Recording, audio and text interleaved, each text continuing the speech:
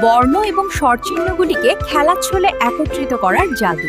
এই কৌশলটি ব্যবহার করে শিশুদের মুখস্থ করার চাপ থেকে মুক্তি দেওয়া। খেলার ছলে বর্ণ আর কার চিহ্নের ম্যাজিক মেল। এই কৌশলটিতে থাকে না কোনো মুখস্থ করার চাপ।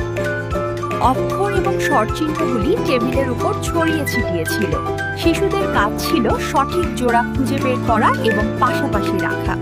শিশুরা এতটাই আনন্দের সাথে জোড়া মেলাচ্ছিল যে খেলার ছলেই বর্ণ আর কার চিহ্ন ওদের মাথায় একবারে গেঁথে গেছে।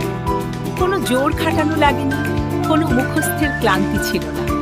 শিশুদের আনন্দের মাধ্যমে শেখার মজার যাত্রা।